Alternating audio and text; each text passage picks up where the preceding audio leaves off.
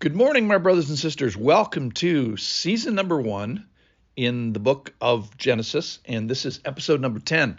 Today, think with me, and I'm going to call this the pause before the applause. So the question today is, how do you punctuate a particular activity?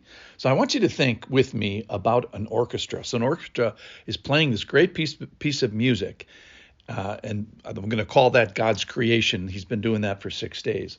And then after that, at a particular instant, the song stopped. The baton guy stops doing his thing, and the notes stop. And for a moment, this brief moment, there's this silence. And that's God saying, I am declaring a Sabbath. And then the third step is, then there's going to be a response. And our Sabbath, what we do on the Sabbath, is the third thing that happens. It's how we applaud. How do we respond to this great piece of music that now has stopped, has been modeled by God to stop?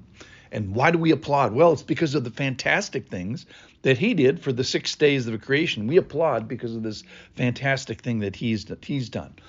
And he leaves this pattern of rest. Why? Because he needs it? No, because we need it. So yesterday we noted that God did not have to enter time and count to 7 and do this wonderful thing and then pause.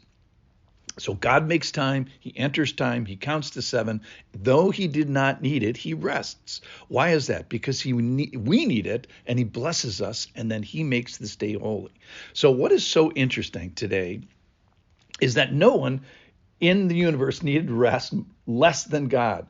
He's all powerful, and when he was extended to the maximum, he still was all powerful. So why did God rest and bless the seventh day? So let's explore with me. This is from Genesis chapter 2 and verse 1. We're going to start there. Thus the heavens and the earth were finished, and all the host of them. And on the seventh day, God finished his work that he had done, and he rested on the seventh day from all his work that he had done. Then listen to this. So God blessed the seventh day. He blessed it and made it holy, because on it God rests from all his work that he had done in creation. So in doing so, God ennobles work, and he punctuates work. So he stops for a second. He admires this body of work, as should we, and he finishes this portfolio of making heaven and earth and a host of other planetary systems, which is cool. And then notice with me today is God blesses the day. He blesses the specific day. He made it holy. So it's not me that makes the Sabbath holy. It's not you that makes the Sabbath holy, not a religion that makes the Sabbath holy. God has acted, and God is the main mover about the specialness of the seventh day. So before you work, or before you stop working, or before you were born, or before you thought or realized this cycle that God has made for you or not, there was a Sabbath created. There was a day made holy.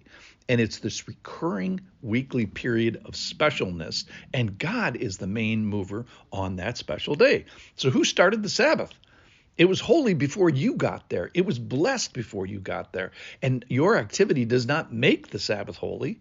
No, the point is your activity on the Sabbath, your rest on the Sabbath, your special activity, it recognizes and endorses and appreciates that the Sabbath was already holy, that it was already blessed by God. So God made the Sabbath holy. And how should I respond? Well, I should make the Sabbath holy too.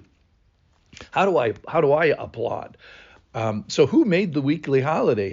It's God's favor, God blessing us that we stand downstream of. Why do we call it the Lord's Day? Well, he made it. He worked before it. He ennobled it with his presence, and he ennobled it with his rest. So the implications here, we haven't talked about this, but God works and so should you. God worked hard and so should you, whatever your hands finds to do. But realize, the big point of today is to realize that the particular mover in this day is God himself. And how does God's action grab our attention? Well, it's by this moment of rest, by this Sabbath rest. So it's like that moment after the song ends, and it's the pause that punctuates the song and punctuates, if you will, the applause that it's going to follow it. So the Sabbath is the pause before the applause. God rests, and so should you. All right. So for us, just remember, God didn't need to rest, but we do. And we get to wake up to a special day that God blessed. He blessed it. He made it holy. And we should be eager for it.